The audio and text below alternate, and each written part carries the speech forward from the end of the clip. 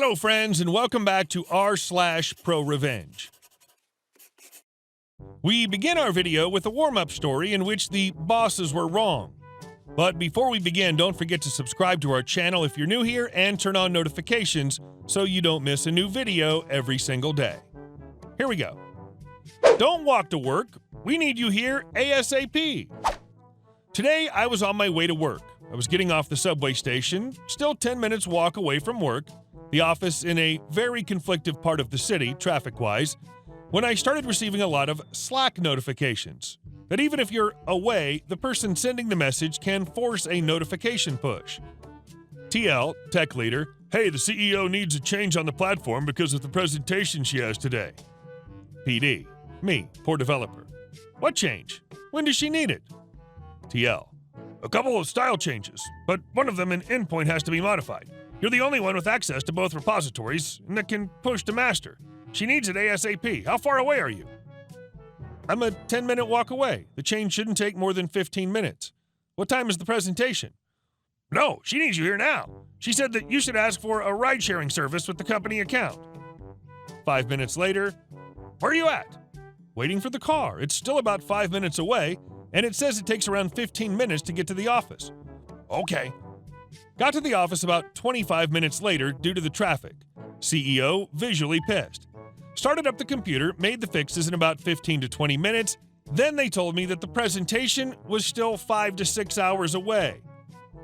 I love the inefficiency of corporate decisions sometimes. And our second story. Like hitting my dad's van? How about reinforced concrete? A little backstory. My dad owns his own company, so all expenses for vehicles are out of pocket. Short, I know, but crucial eventually. One day we found some very bad damage all down the side of his van. This is a 20-foot-long van, including steering and alignment damages. My dad's van is white and the only white vehicle in the car park. We also noticed a car we'd never seen before with white paint marks down the side. Their car was a pink-purple color, which was evident on the van. It was an old van, so we didn't fuss too much. We got a friend to repair and align the steering, then went back to get vehicle paint and clear coat.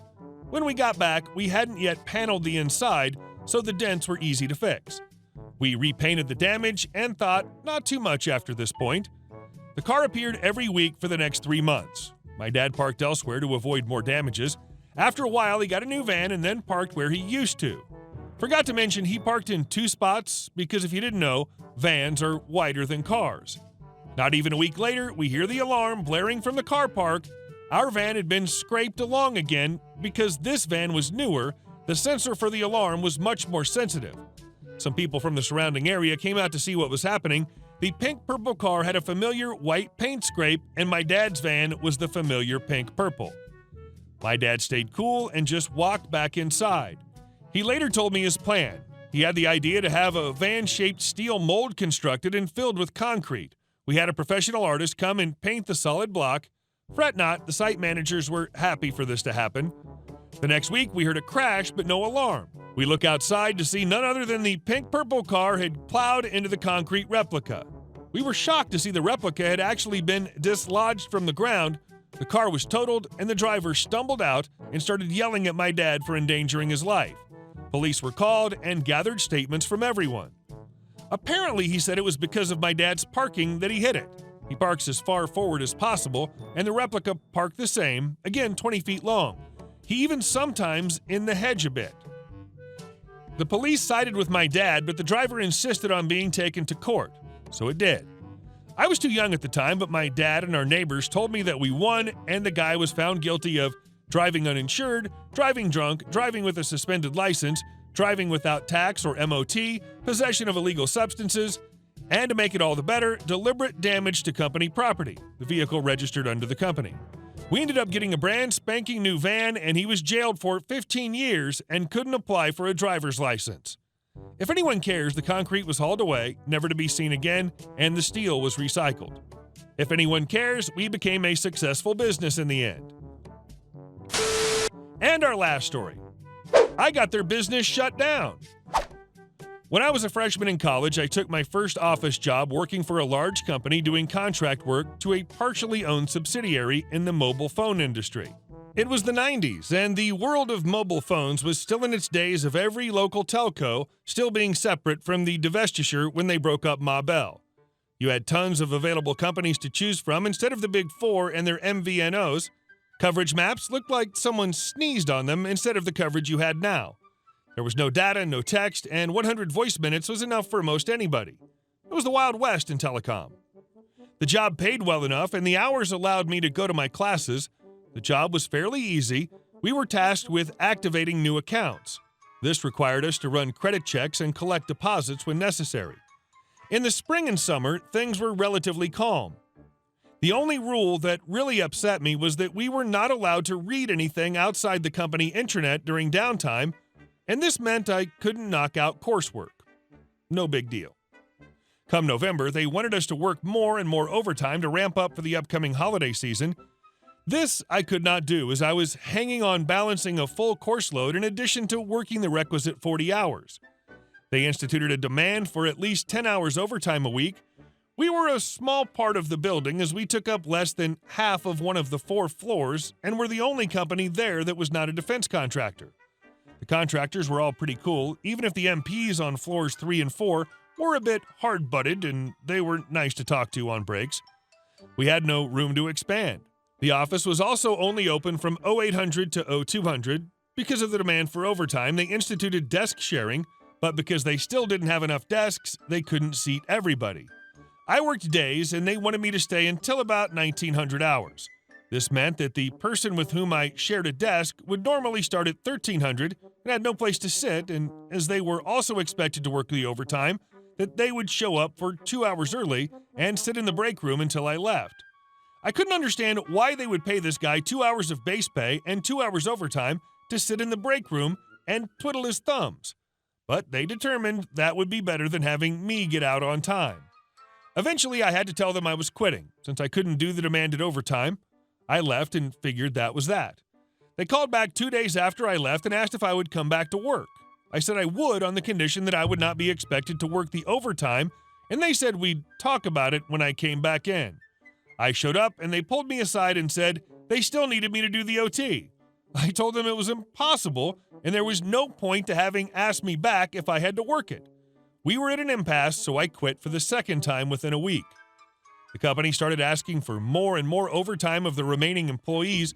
A bunch of these folks had families, and it was to their delight that they were then being offered hundreds of dollars in bonuses for breaking certain OT thresholds. Their kids would have the best Christmases of their lives, cars were being paid off early, and down payments for mortgages were racking up. Come January, the overtime is gone, so there was no need for it. People are settling back into their former routines, and payday arrives. From my friends that stayed working there, they said that the envelopes were open, and there were audible gasps coming from across the floor. Paychecks were being issued for $0 to a large number of employees. One got a paycheck for 15 cents. The shock quickly turns to anger, and the floor erupts. Management came out and addressed everybody and told them that the bonuses they offered were not approved by the company and that the money had to be reclaimed. People were expected to work and collect checks for no money until the bonuses they were overpaid were paid back to the company, and that anyone that left would be sued by the company for the outstanding balance. They even told one guy that he was lucky enough to have a job there at all, since they normally only hired people with diplomas, and he was a dropout without a GED. A number of those employees were still friends and relayed all this to me. I had just started a new job working as third-party support for a portion of the company to which I was previously contracted, and did night hours to coincide with my new classes. I asked if they minded if I referred some contacts to them if it would get this resolved, and they said it was fine. I then spoke with a few people that I knew with a defense contractor who were able to refer me to friends that they had worked with at the IRS, since they would be very interested, what with it kicking off a new tax year. I explained to the IRS what happened and provided them contact for my friends. 1 month later, after an investigation, the full force of the government came down upon the company. The IRS came in and demanded to speak with everybody who made the decision to withhold pay from employees to rescind the bonuses. It was eventually determined that everybody above a certain level was complicit in the scheme and would be held to account by being forced out and facing potential jail time. The company was informed that all the monies would be repaid to those from whom it was taken. Anybody that quit so they could get a job that would give them a paycheck in the meantime was to be offered their job back, and should they refuse to take it, they would be issued full-time back pay from the date of their departure. They also determined that the company would either have to fire all those responsible, or the company would be responsible for penalties that were obscenely high. The company thought they had their ace in the hole when they said that without the managers being allowed to stay on, they would have to close the call center. They were informed that closing it was fine, since the final stipulation was that all employees that were not involved in the scam would either be offered the chance to move to the very office they had a county over, or would be offered very generous severance packages. The company opted to move the employees and shut the call center. Plea bargains were made. Everyone but the offenders went home happy.